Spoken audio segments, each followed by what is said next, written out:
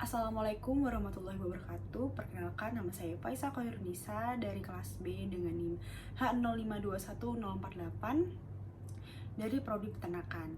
Di sini saya akan menjelaskan sedikit mengenai penggunaan bahasa Indonesia yang baik dan benar. Berbahasa yang baik berarti bahwa kita harus menggunakan bahasa Indonesia sesuai dengan konteks berbahasa yang selaras dengan nilai sosial masyarakat. Peraturan ini berkaitan penggunaan ragam bahasa secara tulis dan lisan untuk kebutuhan berkomunikasi sehari-hari.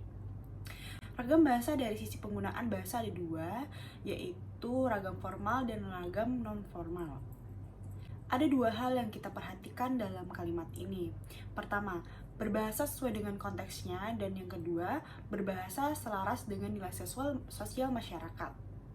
Hal itu yang menjadi alasan mengapa kurikulum 2013 menggunakan pendekatan berbasis teks dalam pengajaran berbahasa, baik bahasa Indonesia maupun bahasa lainnya. Bahasa diperkenalkan kepada siswa dalam konteksnya dan tidak sebagai satuan-satuan kata yang berdiri sendiri.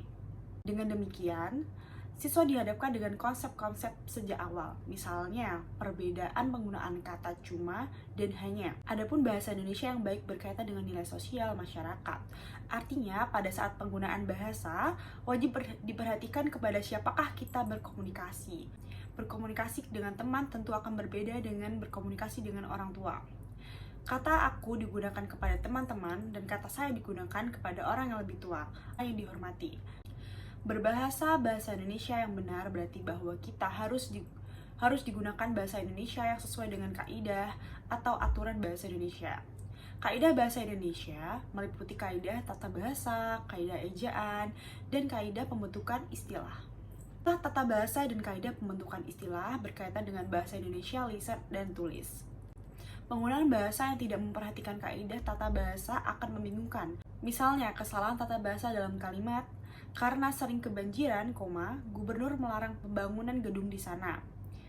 Apakah gubernur yang sering kebanjiran atau suatu daerah? Kesalahan seperti itu sering terjadi dalam kalimat majemuk. Kaidah ketatabahasan adalah dalam kalimat majemuk bertingkat, subjek dalam anak kalimat dapat dihilangkan jika induk kalimat dan anak kalimat mengandung subjek yang sama. Dalam kalimat contoh, subjek pada induk kalimat tidak sama dengan subjek pada anak kalimat. Akibatnya, subjek pada anak kalimat wajib hadir. Kaidah pembentukan istilah berkaitan penggunaan bahasa serapan. Seringkali ditemukan ucapan selamat pagi, selamat menjalankan aktivitas hari ini. Penggunaan bahasa tidak secara cermat membedakan penulisan aktif dan aktivitas karena dalam bahasa Indonesia berbunyi F dan V. Tidak membedakan arti. Contoh lainnya dalam kalimat pengakuannya menunjukkan sisi gentle dari dirinya. Seharusnya istilah yang digunakan adalah gentleman. Kedua kata sifat ini berbeda arti. Kata gentle berarti lemah lembut, sedangkan gentleman berarti lelaki yang memiliki etika, moral, dan berbudi berbahasa halus. Istilah asing sebaiknya disertai dengan mengetahui tentang bahasa asing yang digunakan. Adapun kaidah ejaan hanya berkaitan dengan penggunaan bahasa Indonesia tulis dan berkaitan dengan dua hal.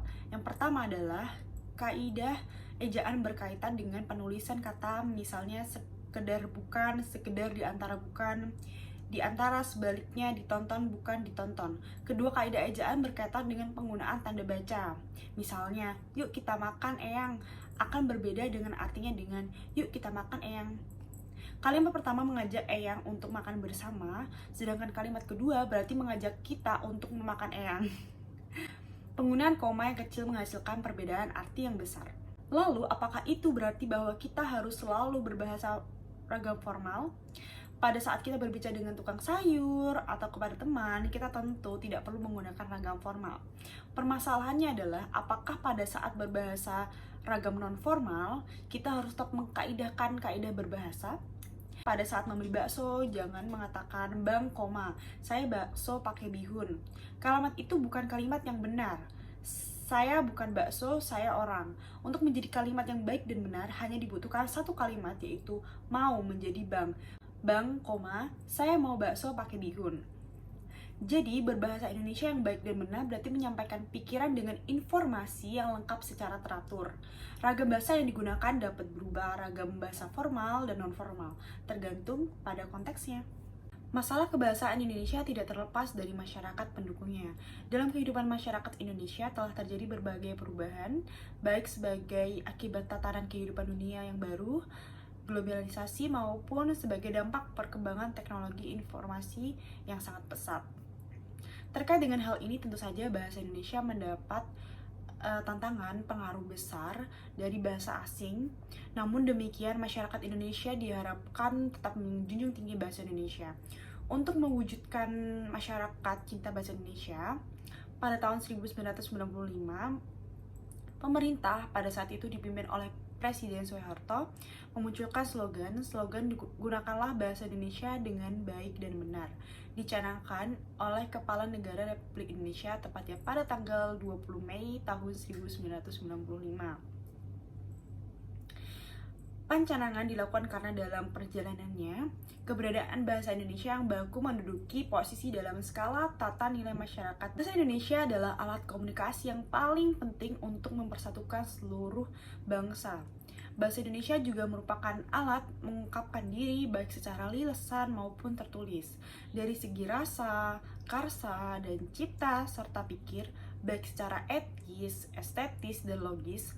Negara Indonesia yang mahir berbahasa Indonesia akan dapat memenuhi kewajibannya menjadi warga negara dimanapun dan dengan siapapun mereka bergaul di wilayah Negara Kesatuan Republik Indonesia. Oleh karena itu, kemahiran berbahasa Indonesia menjadi bagian dari kepribadian Indonesia. Untuk menuju kepada kemahiran berbahasa Indonesia, dibutuhkan kecermatan. Kecermatan berbahasa Indonesia merupakan salah satu indikator mahir berbahasa Indonesia. Berbahasa Indonesia yang baik dan benar terkait dengan dua hal itu, yaitu sesuai dengan kaidah dan sesuai dengan situasi pemakai bahasa. Bahasa Indonesia dengan benar terkait dengan tata kaidah. Kaidah bahasa Indonesia dapat dilihat pada Pedoman Umum Ejaan Bahasa Indonesia. Pedoman ini sebenarnya sudah diresmikan penggunanya mulai tanggal 16 Agustus 1972. Berdasarkan video yang saya buat kali ini menunjukkan bahwa slogan berbahasa Indonesia dengan baik dan benar masih belum bisa diwujudkan oleh masyarakat penutur bahasa Indonesia, terutama masyarakat Indonesia. Masyarakat Indonesia seharusnya merasa bangga karena memiliki bahasa yang namanya sama dengan nama negara, namun hal ini masih menjadi isapan jempol karena pada kenyataannya lebih bangga menggunakan bahasa asing, terutama dalam bahasa Inggris. Keberadaan bahasa Indonesia hingga saat ini masih dapat kita rasakan. Marilah kita menunjukkan sikap bangga terhadap bahasa Indonesia. Rasa bangga kita dapat diwujudkan dengan memakai bahasa Indonesia dalam berbagai kesempatan, terutama dalam situasi resmi. Marilah para guru, dosen, dan mahasiswa pelajar dapat menjadi anutan dalam berbahasa Indonesia bagi masyarakat Indonesia. Sekian dari saya, kurang lebihnya mohon maaf. Assalamualaikum warahmatullahi wabarakatuh. Terima kasih.